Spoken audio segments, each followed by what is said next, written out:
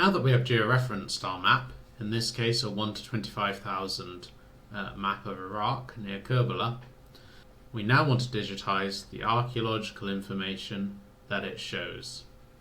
So for example, if I zoom in, you can see that these tells are visible on the map, as well as visible on the satellite imagery. So we're going to get the archaeology site information out of this map. While we do this, it's a good idea to collect other useful data at the same time, and in this tutorial I'm going to show you how to do that. Firstly, you need to zoom into the features that you want to digitize. In my case, these archaeological sites in brown on the map. Then you need to decide what would be the best way to record them. As these sites cover a defined area, I'm going to use polygons. But if you were recording channels or old roads, you could use a line. And if you were recording points, such as these symbols on the map, you could use points instead.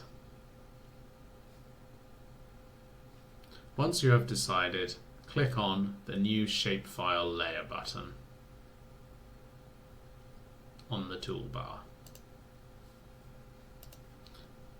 Click the Browse button and give your new shapefile a name.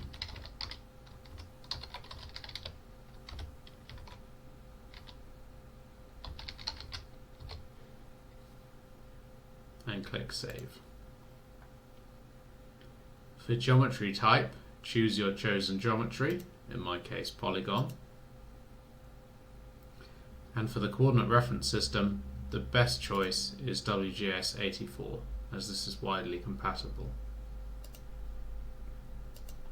We then need to decide which fields we want to include in our shapefile. This depends on what information is visible on the map, and also, if you're going to use it, on the satellite imagery. So here we have the names, so I want to include a name field, for example, toponym. This is text data, so text data is fine. And the length can stay the same, so then we just click Add to Fields List. If you make a mistake, it's possible to remove a field. So for example, we do not need this default ID field, so we can click on it and click Remove Field.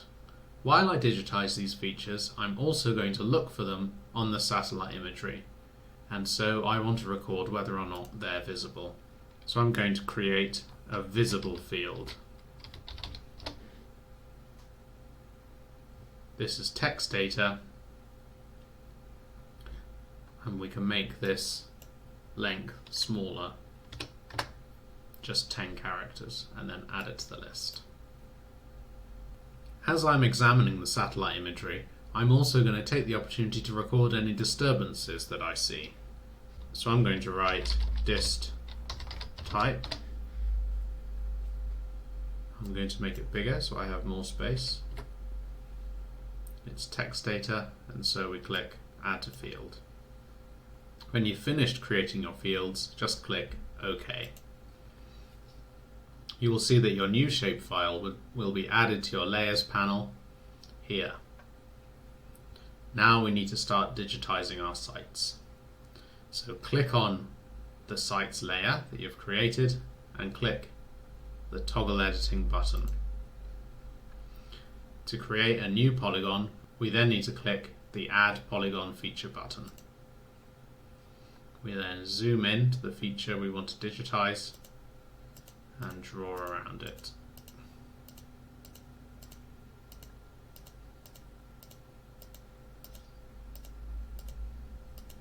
When we're finished, we just right click. The Feature Attributes box will pop up for us to add our information.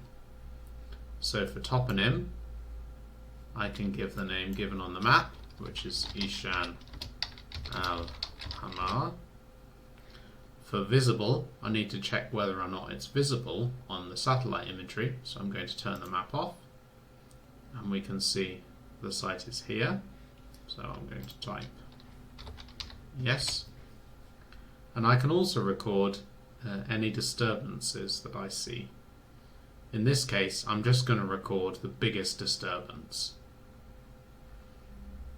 And it's pretty clear, given all of the fields around, that this is agriculture. And then, when you're finished, you click OK. And when you click OK, your new site will appear. You can have a look at the information you've recorded by right-clicking your shapefile and clicking Open Attribute Table. You can see the information we have provided in the different fields here. If you want to add a new field because you want to record more information, click the Add New Field button. I'm going to include a feature field, which is text, and should be about 40 characters long. And I'm going to add an interpretation field. There is a 13 character limit on the length of these fields, so sometimes you need to use abbreviations, such as this. It's a text field, and again, about 40 characters long. If you need to add information that you have missed, you can just double-click and type, in my case, large mound, and tell. And once you've finished, close the attribute table. You can turn on your map again and add the next site.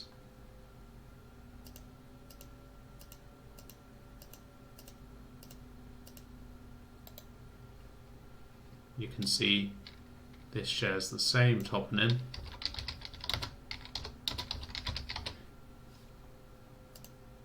It is visible on the satellite imagery,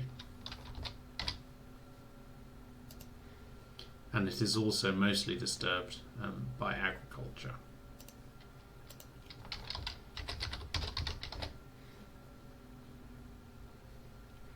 You can see our two new fields have been added to this window, so we can add this information.